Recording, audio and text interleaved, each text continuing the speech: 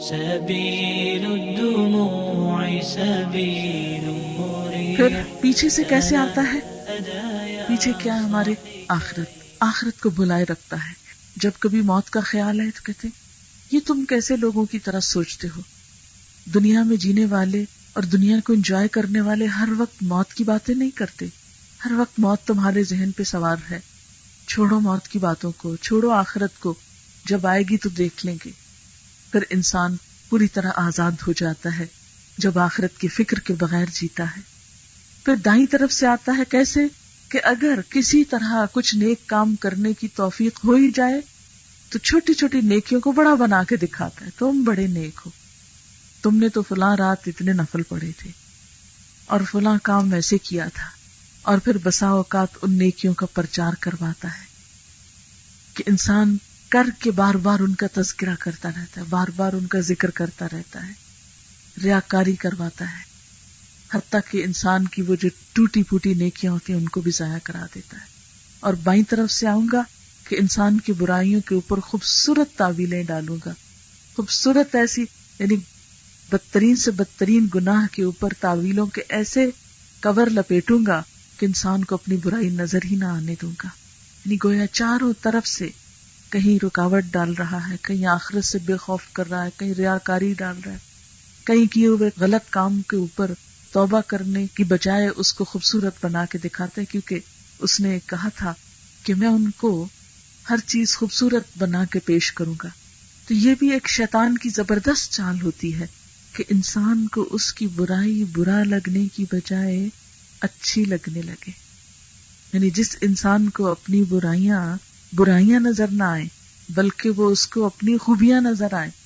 مثلا آپ دیکھیں کہ بعض لوگ دھوکہ دے کر بڑے خوش ہوتے ہیں، میں نے فلاں اور فلاں کو ایسے دھوکہ دیا، میں نے فلاں کو ایسے بے وقوف بنایا، میں نے فلاں کو اس طرح ڈوش دیا، میں نے اس کو پتہ ہی نہیں چلنے دیا اور اس کے ساتھ یہ کر دیا، میں نے اس کو یوں چپ کرایا، میں نے اس کو یوں دبایا. ایسی بہت سی باتیں کر کے چالاکی کی انسان سمجھتا ہے کہ میں بہت کامیاب ہوں، حالانکہ یہ شیطانی چالیں ہیں. شیطان چاروں طرف سے انسان کو گھیرنے کی کوشش کرتا ہے، لیکن دو راستے بھول گیا، ایک نیچے کی اور ایک اوپر کی.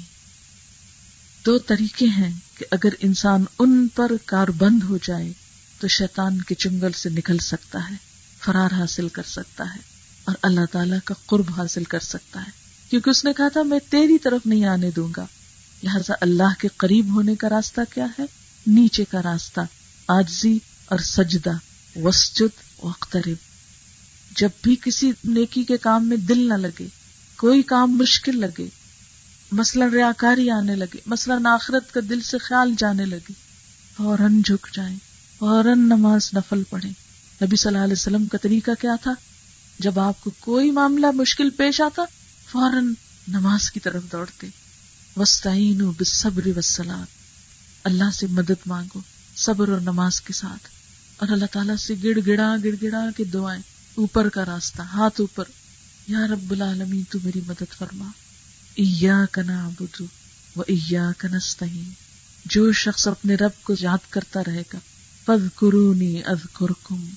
جس شخص کے لب اللہ کے ذکر میں ہلتے رہیں گے اللہ تعالیٰ اس کے ساتھ رہے گا، اس پر خاص رحمت کا سایہ ہوگا. اور جو شخص اللہ کو پکارے گا کہ یا اللہ نیکی کے کام میں میری مدد کر، شیطان کی چالوں سے مجھ کو بچا، تو یہ دو راستے ایسے ہیں، دعا اور نماز کا، ذکر اور عاجزی کا، کہ جس سے انسان اللہ تعالیٰ کے راستے پر چلتا چلا جاتا ہے استقامت کے ساتھ. پھر انسان کو کوئی چیز پھسلاتی نہیں، نہ کسی کی خوش آمد پھسلاتی ہے اور نہ کسی کی تنقید پھسلاتی ہے، نہ کسی کے اعتراضات اور عیب جوئی انسان کو تکلیف دیتی ہے اور نہ کسی کی تعریفیں انسان کو کچھ بہت فائدہ دیتی ہیں. کیونکہ وہ جھکا ہوا عاجز بندہ ہے، وہ جو کچھ کر رہا ہے اپنے رب کے لیے کر رہا ہے، اور وہ چپ کے آہستہ آہستہ رب کی طرف بڑھتا چلا جاتا ہے. شیطان کا گھیرا سب انسانوں کے لیے ہے. جو شخص اللہ سے تعلق قائم کر لے. پھر اس نے کہا وَلَا تَجِدُ أَكْثَرَهُمْ شَاكِرِينَ. تم ان کی اکثریت کو شکر گزار نہ پاؤ گے، سب کچھ ہوتے ہوئے روتے رہیں گے. یہ ایک اور شیطانی طریقہ ہے، کمپلینٹس کمپلینٹس کمپلینٹس، ہر وقت اس پہ سوچنا جو نہیں ہے اور وہ نہیں دیکھنا جو ہمارے پاس موجود ہے۔ آپ دیکھیں کہ انسانوں کی عموماً زندگی جہنم کیوں بنی رہتی ہے؟ کہ ہم ہر وقت مایوسی کی باتیں کرتے ہیں۔ بہت سی عمر اس غم میں گزر جاتی کہ یہ اور یہ نہیں ہے، اور بہت سی عمر اس غم میں کہ آئندہ کیا ہوگا۔ اللہ کے دوستوں کے لیے نہ خوف ہے نہ غم ہے، نہ انہیں مستقبل کی فکر ہوتی ہے، نہ ماضی کا غم ہوتا ہے۔ جو ہو گیا سو ہو گیا، جو وقت ہاتھ سے نکل گیا سو نکل گیا، اس پر اب ہماری کوئی قدرت نہیں رہی۔ مثلاً کل کے دن میں اگر کچھ نقصان ہو گیا ماضی میں، تو اب ہم کل واپس نہیں لا سکتے کہ اس نقصان سے بچیں۔ اب ہمارے لیے کیا؟ اس پہ صبر، اور جو نعمت مل گئی اس پر شکر، اور جانے والی چیز کے مقابلے میں ملنے والی چیز پر نظر۔ شکر کا لفظی جو معنی ہے ڈکشنری میننگ وہ کیا ہے؟ کہ گائے کم چارہ کھا کر بھی دودھ دے، یعنی تھوڑا سا بھی اس کو کھانے کو مل جائے پھر بھی وہ دودھ دے۔ تو شکر گزار انسان کون ہوتا ہے؟ جس کو چھوٹی سی نعمت بھی ملے تو وہ اپنے رب کے لیے شکر گزار ہوتا، کہتے یا اللہ تیرا شکر ہے کہ تو نے یہ سوکھا ٹکڑا بھی دیا کھانے کو، تو نے یہ پانی کا گھونٹ دیا پینے کو، تیرا شکر کہ تو نے میرے ہاتھ پاؤں سلامت رکھے، تیرا شکر کہ تو نے آج کا دن مجھے زندگی میں نصیب کیا کہ میں تجھے یاد کر کے تیرے قریب ہو سکوں۔ نماز پڑھ کر وہ تکبر نہیں کرتا، 100 نفل بھی پڑھ لے تو اس کے دل میں کوئی غرور نہیں آتا، کہتا اللہ تیرا شکر کہ تو نے مجھے توفیق دی کہ میں تیرے آگے جھکوں۔ وہ بڑی سے بڑی اللہ کے راستے میں مال خرچ کر کے شکر ادا کرتا، اللہ تیرا شکر کہ تو نے نیکی کا موقع دیا۔ وہ کسی انسان کے ساتھ بھلائی کر کے اس پر احسان نہیں جتاتا، وہ کہتا شکر کہ ان انسانوں نے مجھے نیکی کا موقع دیا۔ وہ چھوٹی چھوٹی بات میں اللہ کا شکر گزار ہوتا ہے، اور اللہ کا وعدہ ہے لَإِن شَكَرْتُمْ لَأَزِيدَنَّكُمْ، اگر تم نے شکر کیا میں تم کو اور زیادہ دوں گا۔ لیکن ہمارا حال بالکل اس کے برعکس ہوتا ہے، ہم والدین سے ساری زندگی ناشکری کرتے رہتے، ہمارے ماں باپ نے ہمارے لیے کچھ نہیں کیا، ہمیں ایسی اور ایسی ایجوکیشن نہیں دی، ہمارے لیے فلاں اور فلاں چانسز نہیں پیدا کیے، ہمیں کچھ نہیں دیا، ہمیں پیار نہیں دیا، ہمیں محبت نہیں دی، ہمیں وہ نہیں دیا، جہیز میں یہ نہیں دیا، شادی کے موقع پہ یہ نہیں دیا، فلاں بہن بھائی کو یہ کیا، میرے ساتھ یہ نہیں کیا۔ حالانکہ ان کا محض جنم دے دینا ہی اس قابل ہے کہ ہم ان کا شکر ادا کرتے رہیں کہ وہ ہماری زندگی کا سبب بنے۔ ہماری ماں نے کتنی تکلیفیں اٹھا کر ہم کو جنم دیا، اسی لیے فرمایا انشکر لی ولوالدیک، اللہ کا شکر کرو، اپنے والدین کا شکر ادا کرو۔ پھر کیا ہوتا ہے؟ شادی ہو جاتی ہے تو شوہر کی کبھی شکر گزاری نہیں، حالانکہ چھوٹی چھوٹی چیزوں میں اگر شکر گزاری رہے تو زندگی خوبصورت ہو جائے گی۔ ہم دیکھیں کہ اگر کوئی اور ہماری مدد کر دے تو ہم فوراً کہیں گے شکریہ، شوہر 100 چیز بھی ہم کو لا کر دے تو مشکل ہی زبان سے نکلے گا کہ شکریہ، کہتے نہیں تو اس کا فرض بنتا ہے، اس میں شکریہ کی کیا بات ہے، کوئی فارمل ہونے کی کیا ضرورت ہے؟ حالانکہ نہیں، یہ اچھے اخلاق کی علامت ہے کہ چھوٹی چھوٹی چیزوں میں شکر گزار ہو۔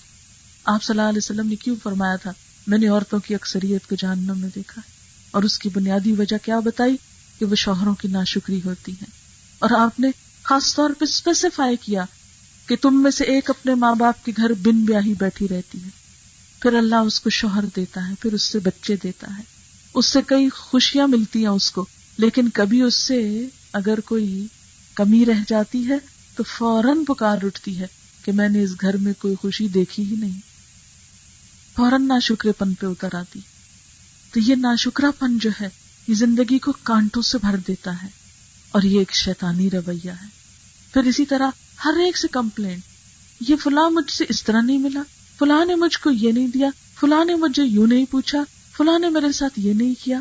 اگر ہم صرف لوگوں کی بھلائیوں پہ نظر رکھیں اور ان کی کمی کو معاف کر کے اگنور کر دیں، اور ہم یہ سوچ لیں کہ کوئی بھی جو بھلائی ملتی ہے تو وہ اللہ کے اذن سے ہوتی، کوئی انسان بھی اگر ہمیں کوئی خیر پہنچاتا ہے تو وہ اللہ کے اذن سے ہوتا ہے، اللہ نہ چاہے تو کوئی انسان اپنی طاقت سے پہنچا ہی نہیں سکتا۔ اس لیے ہوا اضحک و ابکا، وہی ہنساتا ہے وہی رلاتا ہے، خوشی اور غم اس کی طرف سے ہوتا ہے۔ لہذا ہمارا کام کیا ہے کہ جو نہیں اس پر نہیں کڑھیں، جو ہے اس پر شکر ادا کریں۔ اس پر شکر ادا کریں. آپ دیکھیں کہ بہت سے لوگ ایسے ہوتے ہیں کہ جو اپاہج بھی ہوتے ہیں لیکن ان کی زبان لمحے لمحے شکر بول رہی ہوتی کہ اللہ شکر ہے تو نے زندگی دی, تو نے اولاد دی, تو نے وہ دی. لیکن بہت سے لوگوں کے پاس سب کچھ ہونے کے باوجود صرف کمپلینٹس ہوتی ہیں کہ اس نے یہ نہیں کیا, اس نے وہ نہیں کیا, اور اس سے وہ صرف اپنے آپ کو جلاتے ہیں. آپ دیکھیں کہ جب ہم ناشکرے ہوتے ہیں تو ہمارے اندر ایک آگ جل رہی ہوتی ہے نا, ہمارے اندر ایک تکلیف ہوتی ہے, لیکن فوراً ہی جب ہم ایک اچھی چیز کو دیکھ لیتے ہیں تو مسکرا اٹھتے ہیں. اب جیسے میں نے پہلے بھی مثال دی کہ ایک سڑک پہ چلتے اگر پھولوں پہ نظر رکھیں, کبھی آپ پھول کو دیکھیں تو پھول دیکھتے ہی آپ دیکھیں گے قدرتی طور پہ آپ کے چہرے پہ مسکراہٹ آ جائے گی. ہو نہیں سکتا کہ آپ پھول کو غور سے دیکھیں اور مسکرانا اٹھیں. تو جو لوگ زندگی میں حسن دیکھنے کے عادی ہوتے, ہر چیز کے اندر خوبصورت پہلو اور رویہ دیکھتے ہیں, وہ مسکرانے والے ہی ہوتے ہیں. پھر ان کی زندگی خود بخود خوشگوار ہوتی چلی جاتی, اور یہی سکون کا راز ہے. پھر اس کے بعد کیا کہتا ہے کہ میں ان کے سیدھے رستے پہ بیٹھ کر ان کو بہکاؤں گا. اللہ تعالیٰ نے فرمایا قال اخرج منها مذءوما مدحورا, فرمایا نکل جا یہاں سے مذمت زدہ, دھتکارا ہوا. لمن تبعک منہم, ان میں سے جو تیری پیروی کرے گا, لأملأن جہنم منکم اجمعین, تو میں جہنم کو تجھ سمیت ان سب سے بھر ڈالوں گا. جو تیرے راستے پہ چلے گا تیرے ہی ساتھ جائے گا, تیرے ہی انجام کو پہنچے گا. تو شیطان کا راستہ کیا ہے, اس کے سائن بورڈز میں آپ کو دوبارہ دہرا دیتی ہوں کہ اللہ کے کسی بھی حکم سے انکار کر دینا. بہت عبادت گزار تھا, آدم کے آگے سجدے کے حکم سے انکار, ایک حکم سے انکار, یعنی جانے بوجھے اللہ کی نافرمانی کرنا. اور کیا طریقہ اس کا, خود کو اچھا سمجھنا, انا خیر منہ. اور کیا, تعویلیں پیش کرنا, خلقتنی من نار و خلقتہ من طین. اور کیا کہ مہلت مانگنا, ڈھیل مانگنا. پھر اس کے بعد اپنی غلطی کا الزام دوسرے پہ دھرنا, فبما اغویتنی. عام طور پہ ایسا ہوتا نا کہ مثلاً اگر ہمارا ہاتھ لگ کے کوئی چیز گر گئی تو ہم کہیں گے دیکھا نا یہ تم نے یہاں رکھی کیوں تھی. یہ نہیں کہیں گے کہ ہماری عقل کہاں تھی, کہیں گے کہ انہوں نے غلط جگہ رکھی تھی نا اس لیے ایسا ہوا. تو اپنی غلطی خود کر کے دوسرے پہ الزام.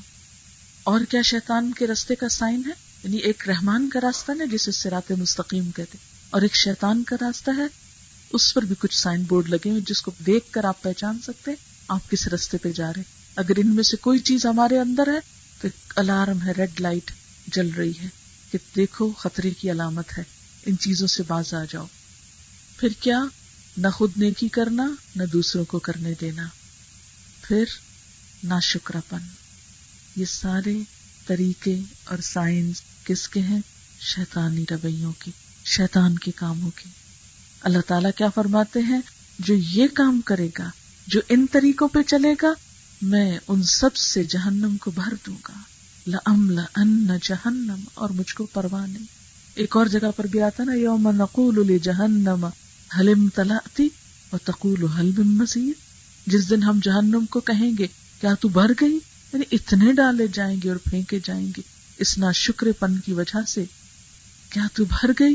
وتقول هل من مزید, وہ کہے گی کیا کچھ اور بھی ہے, لے آؤ, اور بھی لے آؤ, ابھی بہت جگہ ہے. وَيَا آدَمُ اسْكُنْ أَنْتَ وَزَوْجُكَ الْجَنَّةَ, اور اے آدم رہو تم اور تمہاری بیوی جنت میں. فَكُلَا مِنْ حَيْثُ شِئْتُمَا, جہاں سے چاہو کھاؤ پیو. وَلَا تَقْرَبَا هَٰذِهِ الشَّجَرَةَ, مگر اس درخت کے پاس نہ جاؤ. فَتَكُونَا مِنَ الظَّالِمِينَ, ورنہ ظالموں میں شمار ہوگے. اس درخت کے پاس نہ جانا. ایک درخت تھا, اب دنیا میں تو کوئی بھی درخت ممنوع نہیں ہے, آپ کسی بھی درخت کا پھل کھا سکتے ہیں, اللہ ہی کہ کڑوا نہ ہو یا نقصان دہ نہ ہو, آپ جس درخت کے پاس مرضی جائیں. لیکن جنت میں اللہ تعالیٰ نے ایک درخت کے پاس جانے سے منع کر دیا. دنیا میں بھی آپ دیکھیں کہ اب بھی تو ہمارے امتحان ایسے ہی ہے نا کہ بہت سی کھانے کی چیزیں اللہ نے ہم کو دی, لیکن کچھ چیزوں سے منع کر دیا کہ یہ کچھ چیزیں جو ہیں یہ حرام ہیں, ان کے پاس نہیں جانا. ہمارا حال کیا ہے, حلال چھوڑ کر شیطان کے پیچھے چل کے حرام ہی کی طرف اٹریکٹ ہوتے ہیں. مثلا کتنے سافٹ ڈرنک ہیں, کتنے شربت ہیں, کتنی اچھی اچھی پینے کی چیزیں ہیں, انہیں چھوڑ کر شراب ہی کی طرف اٹریکشن ہوتی ہے اور اسٹیٹس سمبل بنتا ہے جب اس حرام کو ہاتھ لگائیں. یعنی کچھ اور چیز پینے سے اسٹیٹس سمبل نہیں بنتا. آپ بڑا انسان نہیں کہلا سکتے.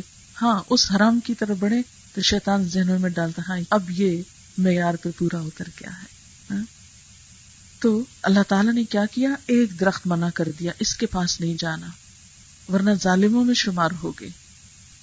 اب ہوا کیا؟ شیطان پیچھے چلا گیا اور ان کے دل میں وسوسے ڈالنے لگا. وسوسہ کیا ہوتا ہے؟ عربی زبان میں وسوسہ کہتے ہیں جب ہوا درخت کے اندر سے گزرتی ہے تو اس کے پتوں میں ہلکی سی سرسراہٹ پیدا کرتی ہے، تو اس کو وسوسہ کہتے ہیں.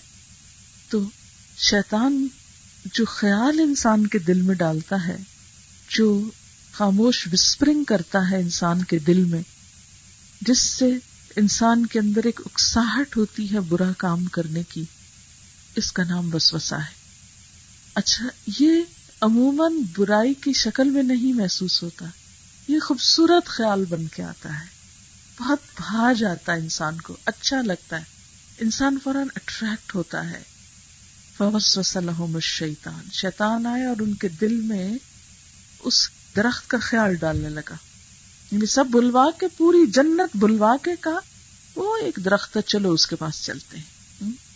اچھا، دنیا میں بھی تو ایسے ہی کرتا ہے نا، حلال راستے چھوڑ کے کہتا وہ ایک چیز وہ نہیں چکھی تو کچھ بھی نہیں چکھا، وہ نہیں دیکھا تو کچھ نہیں دیکھا، یہ غلط کام نہیں کیا تو تم دنیا میں آئے نہیں، ابھی تم تو جیے ہی نہیں، تمہاری تو کوئی ہستی ہی نہیں. خیر آہستہ آہستہ وہاں لے گیا اور اس کا مقصد کیا تھا؟ انسان کا شاہی لباس اتروائے اور ان کو بے لباس کر دے.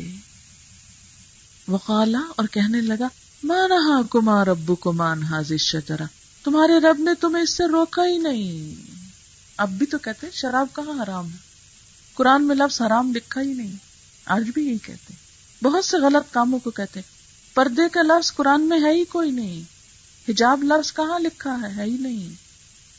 یہ تو سب تم لوگوں کی اپنی مولویوں کی بنائی ہوئی باتیں ہیں. بہت سے جو واضح حکم ہیں ان کے بارے میں بھی شیطان ہماری لا علمی سے فائدہ اٹھا کر کیا کہتا ہے؟ نہیں یہ ایسا نہیں. وہاں بھی کیا کہنے لگا؟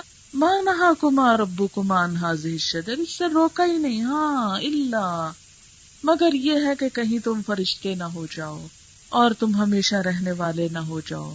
وہ تو شجرۃ الخلد ہے، اسے تو ایک دفعہ کھائیں پھر کبھی مرے ہی نہ، پھر کبھی خاتمہ ہی نہیں ہوتا. چلو وہ کھاتے ہیں چل کے. اور پھر آہستہ آہستہ جب وہاں لے آیا قاسمہما، قسمیں کھانے لگا. پہلے خیال ڈالا، پھر ادھر قدم چلائے، پھر اس کے بعد قسمیں کھائیں اور پکا یقین دلایا انی لکما لمن الناصحین، میں تمہارا بڑا خیر خواہ ہوں، میں تمہارا دوست ہوں، میں تمہارے قریب ہوں، میں تمہارا مددگار ہوں. انی جار لکم، میں تمہارا ساتھی ہوں. وہاں بھی کیا کہنے لگا؟ میرا مشورہ مانو، ہمیشہ کی زندگی چاہیے، اگر مرنے سے بچنا چاہتے تو ایک دفعہ کھا کے تو دیکھو، کچھ نہیں ہوتا. فدلاہما بغرور، آہستہ آہستہ دھوکے سے ان کو پھسلا لیا. دلہ کا لفظ ہوتا ہے تدلیہ سے، تدلیہ کہتے ہیں ڈول کو کنویں میں ڈال کے تو اس سے پانی آہستہ آہستہ نکال لینا. یعنی اس نے کیا کیا؟ ڈول ڈالی ان کے اندر، تھوڑی سی چیز ڈالی. اچھا، شیطان کا طریقہ کیا ہوتا ہے؟ ذرا سا خیال ڈالتا ہے، پھر پیچھے ہٹ کے دیکھتا ہے انسان کا ری ایکشن کیا ہے. پھر جب انسان تھوڑا سا مائل ہوتا ہے تو پھر ذرا زیادہ قدم اندر رکھتا ہے، پھر دیکھتا ہے، پھر اور قدم رکھتا ہے، پھر جسم میں حرکت پیدا کرتا ہے، پھر اٹھا بٹھاتا ہے انسان کو، پھر چلا دیتا ہے، پھر کسی ایسے شخص سے ملا دیتا ہے جو اس غلط کام میں سپورٹ بن جاتا ہے، پھر اس کے بعد آگے لے. کیونکہ شیطان خود اکیلا نہیں، اس کی ساری ذریت مل کے ٹیم ورک کرتے ہیں کہ کہاں کہاں سے ان کو گھیرے. اگر ادھر سے بچنے لگا تم ادھر سے آ جانا، ادھر سے بچے گا ادھر سے آ جانا، اور پھر لے چلتا ہے انسان کو. اور جب انسان غلط کام کرنے لگتا ہے تو پھر اس کو تھپکی دیتا ہے، ویل ڈن، بہت اچھا کیا. فلما ذاق الشجرہ، ہوا یہ کہ شیطان کی باتوں میں وہ آ گئی. پوری جنت میں بے شمار پودے اور درخت چھوڑ کے، طرح طرح کے کھانے چھوڑ کے وہ اس ایک حرام درخت کے پاس آ گئے. آج بھی شیطان کا طریقہ کیا ہے؟ سب جائز اور حلال امور چھڑوا کے ہمیں آہستہ آہستہ آہستہ حرام کے پاس لا کھڑا کرتا ہے. اب کیا ہوا؟ انہوں نے درخت کا مزہ چکھ لیا، اللہ تعالیٰ کا وعدہ پورا ہو گیا. بدت لہما سوآتہما، لباس اتروا لیا گیا. یعنی کتنی بے عزتی کی بات ہے نا کہ کسی کا لباس اتروا لیا جائے. جنت کا لباس آدم علیہ السلام اور حوا علیہ السلام سے اتروا لیا گیا. اللہ تعالیٰ نے یہ نہیں کہا اچھا کوئی بات نہیں، بھول گئے تم، یہ دشمن تھا اس نے تم کو بہکا دیا. نہیں، کہا جو میں نے کہا تھا اور پہلے جو وارننگ دی تھی وہی ہو کر رہی. لیکن انسان کے اندر حیا کا مادہ فطری مادہ ہے. جسے بھوک لگتی ہے نا، ایسے ہی شرم و حیا بھی انسان کے اندر سے اٹھتی ہے، اللہ یہ کہ انسان اس کو مار دے. اسی وجہ سے وہ جنت کے درختوں کے پتے لے کے خود کو ڈھانپنے لگے، چھپانے لگے. یہاں سے ایک اور بات پتہ چلتی ہے کہ شیطان کا سب سے پہلا وار انسان کے حیا پہ ہوتا ہے. حیا اور ایمان ساتھ ساتھ ہے. جب انسان کا حیا ختم ہوتا ہے نا تو سب برائیاں اندر آ جاتی ہیں. آپ دیکھیں کہ آپ دوسرے کے ساتھ جھجک کے بد اخلاقی نہیں کرتے نا، یہ دراصل حیا ہوتا ہے. جب حیا اٹھ جاتا ہے تو آپ بدتمیز ہو جاتے ہیں، بد اخلاق ہو جاتے ہیں. ایک جھجک ہوتی ہے کہ کسی کی چیز نہیں لینی، لیکن حیا اٹھ جاتا ہے، جھجک ختم ہوتی تو آپ آرام سے چرا لیتے ہیں. ایک جھجک ہوتی ہے کہ کسی کی برائی نہیں کرنی، جب وہ ہٹ جاتی ہے تو آپ فوراً زبان کھول دیتے ہیں. تو یہ جو حیا یا جھجک ہوتی ہے انسان کے اندر، یہ انسان کے ایمان کی علامت ہوتی ہے. اور یہ ایک حجاب ہوتا ہے، ایک رکاوٹ ہوتی ہے جو انسان کو برائیوں سے بچا کے رکھتی ہے. لیکن جب یہ نکل جائے انسان کے اندر سے تو پھر آپ صلی اللہ علیہ وسلم نے جیسے فرمایا تھا، جب تم حیا نہیں کرتے تو جو پھر جی چاہے کرو. ہر برائی کا دروازہ پھر کھلتا چلا جاتا اور انسان بے باک ہو کر غلط کام کرتا ہے. آج کی جدید دنیا میں اس کا نام ہم نے کانفیڈنس رکھ دیا ہے. بسا اوقات غلط کام کرنے کے لیے کیا کہتے ہیں کہ میں کانفیڈنٹ ہوں کہ میں یہ کر سکتی ہوں. آپ صلی اللہ علیہ وسلم کے زمانے میں ایک شخص جو تھا وہ دوسرے کو تلقین کر رہا تھا کہ دیکھو حیا نہ کرو، اس کو سمجھا رہا تھا اور اسے ملامت کر رہا تھا کہ تم بہت شرماتے ہو، مت شرما اور جھجکو اور کر لو جو کرنا ہے. تو آپ صلی اللہ علیہ وسلم نے منع کیا، فرمایا کہ حیا سراسر خیر ہے، سب خیر کا منبع ہے. جہاں حیا ہوتی وہاں خیر آتی، بھلائی آتی. یعنی آپ بدتمیز ہو کے، بد اخلاق ہو کے، دوسرے کے سامنے چیخ چلا کے ویل لکل ہمزۃ لمزہ بن جائیں تو اس میں کس کانفیڈنٹ کی بات ہے؟ آج ہمارے چھوٹے چھوٹے بچے بدتمیز ہو گئے ہیں، بڑوں کو بعض اوقات منہ پہ بولتے ہیں، بدتمیزی سے شاؤٹ کرتے ہیں ان کے سامنے، اور ماں باپ ہنس رہے ہوتے ہیں، سوچتے ہیں کہ بہت کانفیڈنٹ ہے ہمارا بچہ، اس لیے یہ بدتمیزی سے بات کر رہا ہے. بدتمیزی کا نام ہم نے کانفیڈنس رکھ دیا. تو شیطان کا یہ طریقہ ہے کہ غلط باتوں کو خوبصورت الفاظ میں پیش کر کے انسانوں کو خوبصورت بنا کے دکھاتا ہے. پھر اس کے بعد کیا ہوا؟ وَنَادَاهُمَا رَبُّهُمَا، ان کے رب نے ان کو پکارا.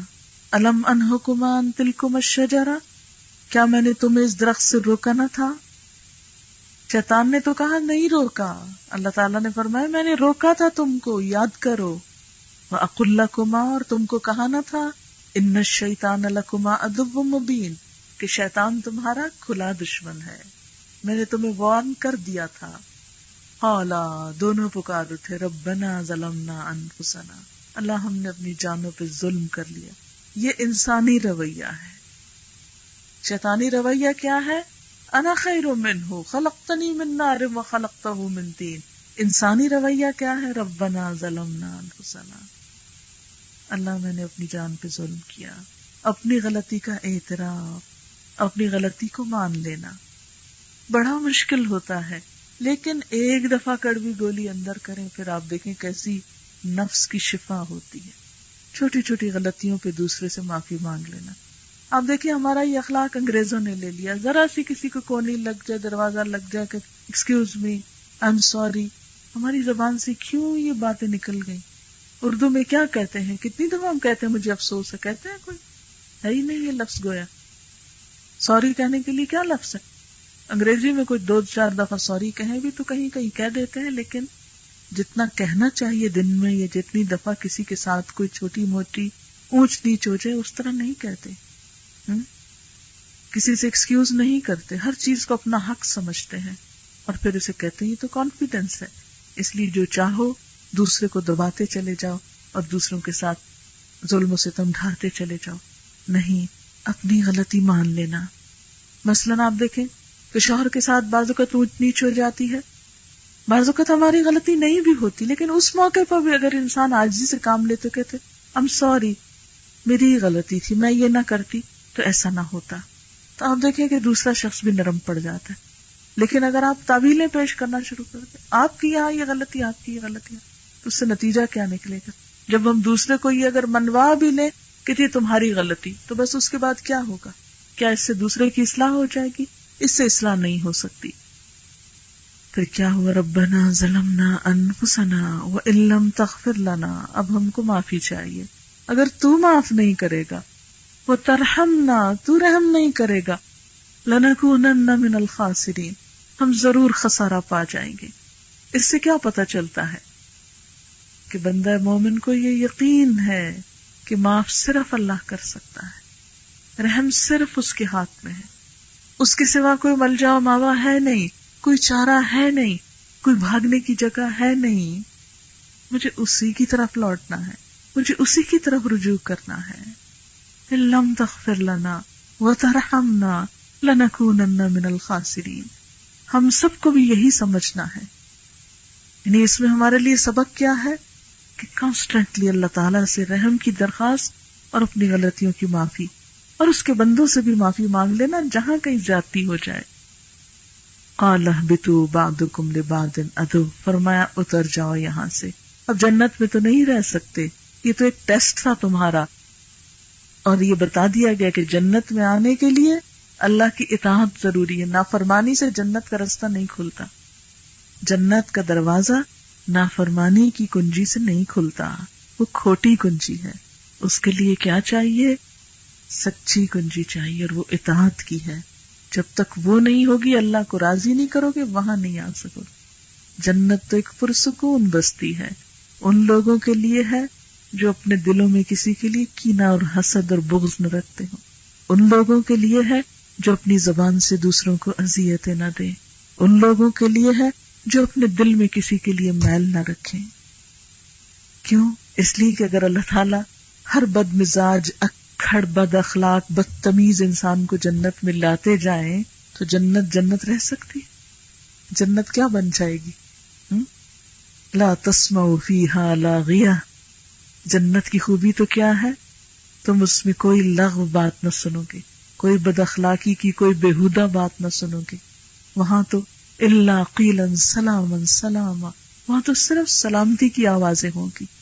تو جو لوگ یہ دنیا میں رہ کے ثابت نہ کریں کہ ہم پرامن لوگ ہیں، ہم سلامتی کے ساتھ جی رہے ہیں اور ہم جینے دینا چاہتے ہیں، جو دنیا میں ثابت نہ کرے، وہ وہاں اللہ کی سلامت بستی میں، سلامتی والی جگہ میں رہنے کے اہل نہیں، ڈیزرو نہیں کرتے.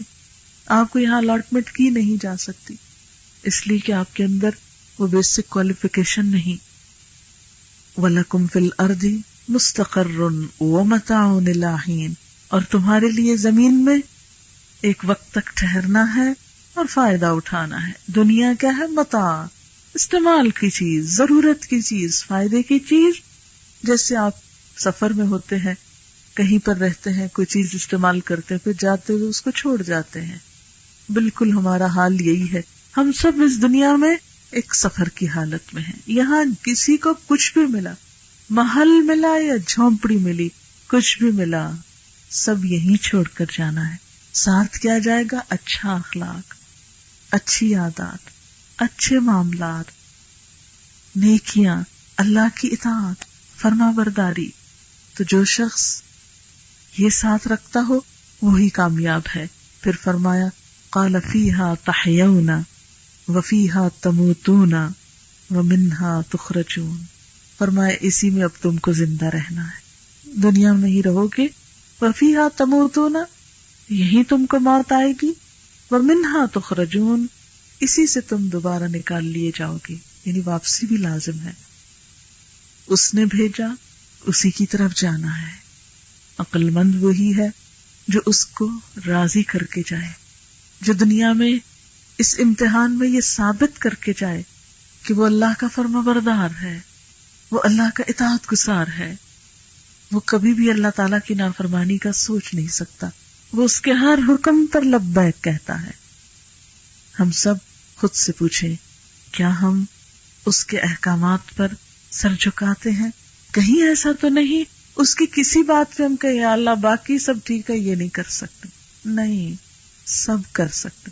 سمعنا و اطعنا، ہم نے سنا، ہم نے اطاعت کی، تو نے بھیجا، تیری ہی طرف واپسی ہے، تجھے کو راضی کرنا میرا سب سے بڑا کام ہے۔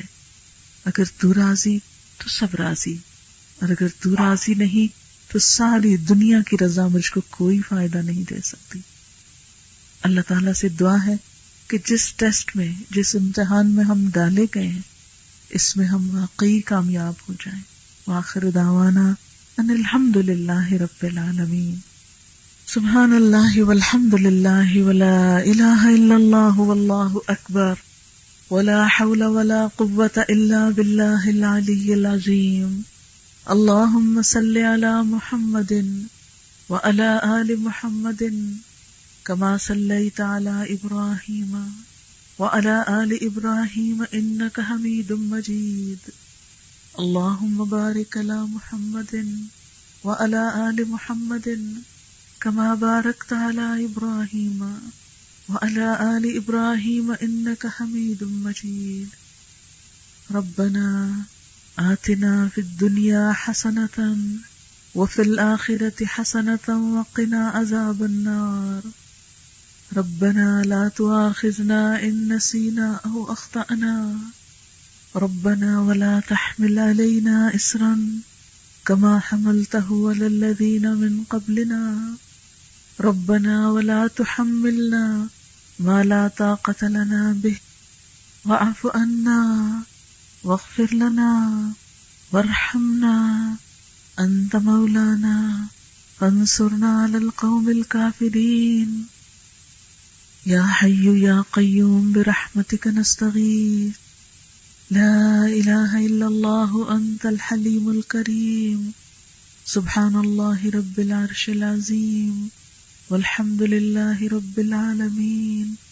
رب نسألک موجبات رحمتک وعزائم مغفرتک والغنیمۃ من کل بر والسلامۃ من کل اسم، لا تدع لنا ذنبا الا غفرته ولا هما الا فرجته ولا حاجة هي لك رضا الا قضيتها یا ارحم الراحمین۔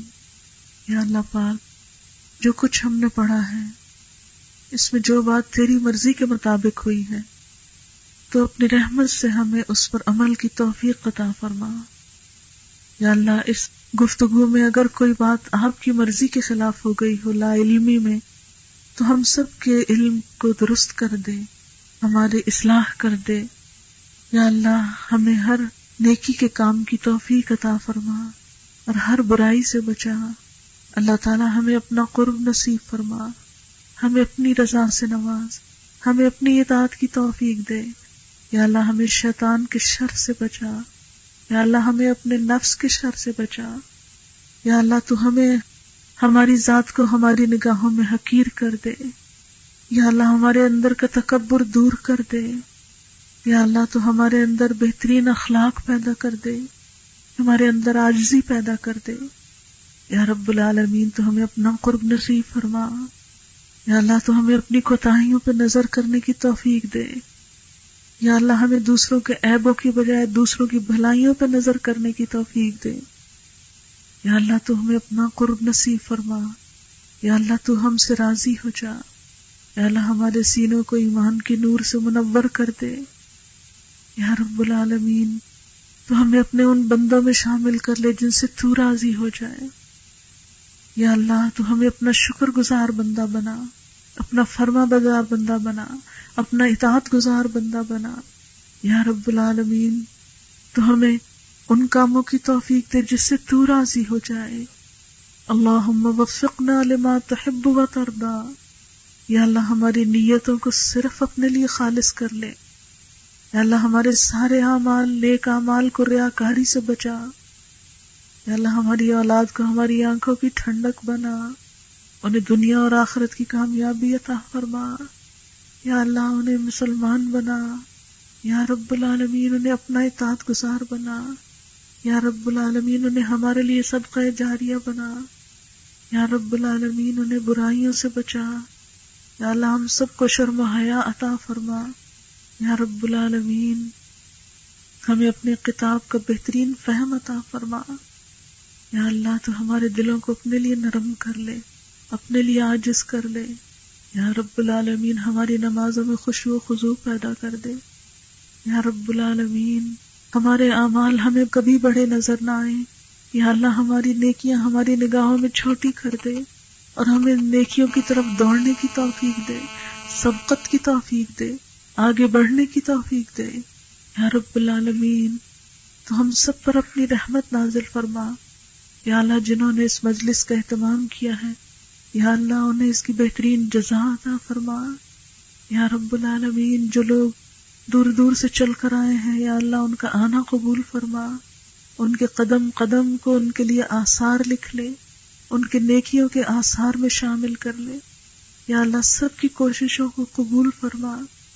یا اللہ جتنے حاضرین مجلس ہیں ان کے دلوں میں جو دعائیں اور نیک تمنائیں ہیں ان کو پورا فرما. اللہم انا نعوذ بک من جہد البلاء ودرک الشقاء وسوء القضاء وشماتة الأعداء. اللهم انفعنا بما علمتنا وعلمنا ما ينفعنا وزدنا علما. اللهم اكفنا بحلالك عن حرامك واغننا بفضلك عمن سواك. اللهم انا نعوذ بك من زوال نعمتك وتحول عافيتك وفجاءة نقمتك ومن جميع سخطك. لا حول ولا قوة الا بالله العلي العظيم. لا الہ الا انت سبحانک انی کنت من الظالمین. یا اللہ ہم اپنے گناہوں کا اعتراف کرتے ہیں. یا اللہ تو ہمارے گناہوں کو معاف کر دے. یا اللہ تو ہمیں ویسا بندہ بنا لے جیسا بننا تجھے پسند آ جائے. یا اللہ ہماری چال ڈھال، ہماری بول چال، ہماری گفتگو، ہمارا اٹھنا بیٹھنا، لینا دینا، سب کچھ اپنی مرضی کے مطابق کر لے. یا رب العالمین تو ہم سے راضی ہو جا. یا اللہ جو ہمارے عزیز رشتہ دار فوت ہو چکے ہیں ان کی بخشش فرما. یا اللہ ان کے درجات بلند فرما. یا اللہ ہمارے والدین پہ اپنی رحمت فرما، ان کے درجات بلند فرما. یا رب العالمین تو ہمیں صحت اور تندرستی عطا فرما، ہمارے سب کاموں میں آسانی پیدا کر دے. یا اللہ ہمیں نیکی کے کاموں میں آگے بڑھنے کی توفیق دے. یا رب العالمین ہمارے نیک اعمال کو ضائع ہونے سے بچا، ایسے کاموں سے بچنے کی توفیق دے جس سے تیرا غضب بھڑکتا ہو. اللہ نیکی کے راستے پہ چلنا ہمارے لیے آسان کر دے. یا رب العالمین تو ہم سب کو اپنا ذکر کرنے والا اور شکر کرنے والا بنا. یا اللہ تو ہماری دعاؤں کو سن لے، ہم پہ اپنی رحمت فرما. ربنا تقبل منا انک انت السمیع العلیم وتب علینا انک انت التواب الرحیم. صلی اللہ تعالی علی خیر خلقہ محمد وعلی آلہ واصحابہ واہل بیتہ اجمعین برحمتک یا ارحم الراحمین. الہی آمین. سبحانک اللہم وبحمدک نشہد ان لا الہ الا انت نستغفرک ونتوب الیک. والسلام علیکم ورحمۃ اللہ وبرکاتہ. سبيل الدموع سبيل